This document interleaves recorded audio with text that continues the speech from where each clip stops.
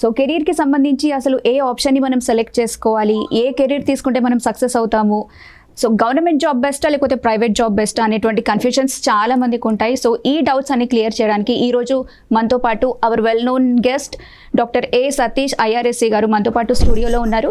So సార్ని అడిగి మనం దీని గురించి తెలుసుకుందాం. నమస్తే సతీష్ గారు. నమస్తే. సో స్టడీస్ కంప్లీట్ అయిపోయిన తర్వాత లేకపోతే స్టడీస్ చేస్తున్నప్పుడు కూడా మనం ఏ సబ్జెక్ట్ తీసుకుంటే కెరీర్లో సక్సెస్ అవుతాము అనేటువంటి డౌట్ చాలా మందికి ఉంటుంది.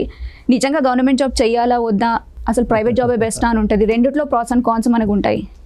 సో ఏది చెప్తారు మీరు? జనరల్గానండి ఇది చాలా మంది ఎక్కువ మందికి వచ్చి డౌట్ అండి. అంటే ఏదో ఒక స్టేజ్లో వస్తుంది. సరే చిన్నతనంలో కొంతమందికి అనిపించవచ్చు, లేకపోతే 12th ఉన్నప్పుడు ఆ మైండ్లోకి రావచ్చు, లేకపోతే గ్రాడ్యుయేషన్లో కానీ ఉండొచ్చు.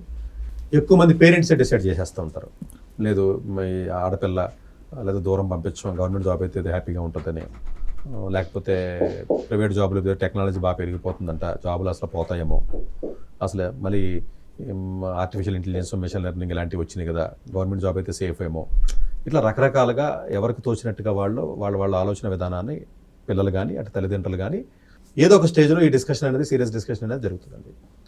జనరల్గానంటే గవర్నమెంట్ జాబ్ బెటరా ప్రైవేట్ జాబ్ బెటరా అన్న పర్స్పెక్టివ్లో నేను ఎలా ఆలోచిస్తానంటేనంటే పర్సన్ టు పర్సన్ ఆ ప్రయారిటీస్ మారుతూ ఉంటాయి.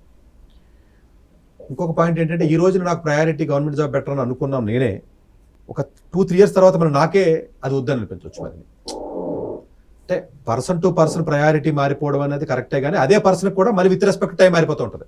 అంటే ఈ రోజు మీరు మంచి అనుకున్నది రేపు చెడు అవ్వచ్చు, ఈ రోజు చెడు అనుకున్నది రేపు మంచి అవ్వచ్చు, ఈ రోజు వద్దు అనుకున్నది రేపు కావాలనిపించవచ్చు, ఈ రోజు కావాలనుకున్నది రేపు వద్దనిపించవచ్చు. ఈవెన్ అన్ని విషయాల్లో లైఫ్లో జరుగుతాయి. ఈవెన్ పెళ్ళి అయిన తర్వాత నాకు 4 ఏళ్ళు 3 ఏళ్ళు పెళ్లి చేసిన తర్వాత నాకు వద్దని చెప్తారు పెళ్ళాన్ని. సో సర్వసాధారణంగా మనిషి ఎదుగుతున్నప్పుడల్లా వాడి ఇన్ఫర్మేషన్, మైండ్లోకి వచ్చే ఇన్ఫర్మేషన్ కానీ, సరౌండింగ్ సర్కమ్స్టెన్సెస్ కానీ, మిగతా పీపుల్ మాట్లాడే విధానం కానీ, ఇవన్నీ పర్స్పెక్టివ్లో జనరల్గా ఎప్పుడు కూడానంటే మనిషి ఆలోచన విధానం మారిపోతూ ఉంటుంది. కాబట్టి ఈ గవర్నమెంట్ జాబ్కి వెళ్ళాలా ప్రైవేట్ జాబ్కి వెళ్ళాలనేది ఫిక్స్డ్గా ఉండదు. కానీ కొంతమంది పేరెంట్స్ బలంగా ఫిక్స్ అయిపోతారు.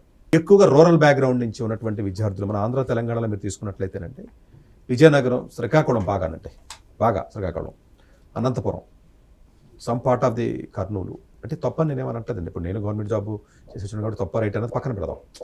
ఎందుకంటే వాళ్ళకి జనరల్ కానిస్టేబుల్ని చూసినా ఎంఆర్ఓని చూసినా గొప్ప కింద అనిపిస్తారు. ఎందుకంటే వాళ్ళు విలేజెస్లో ఉంటారు కాబట్టి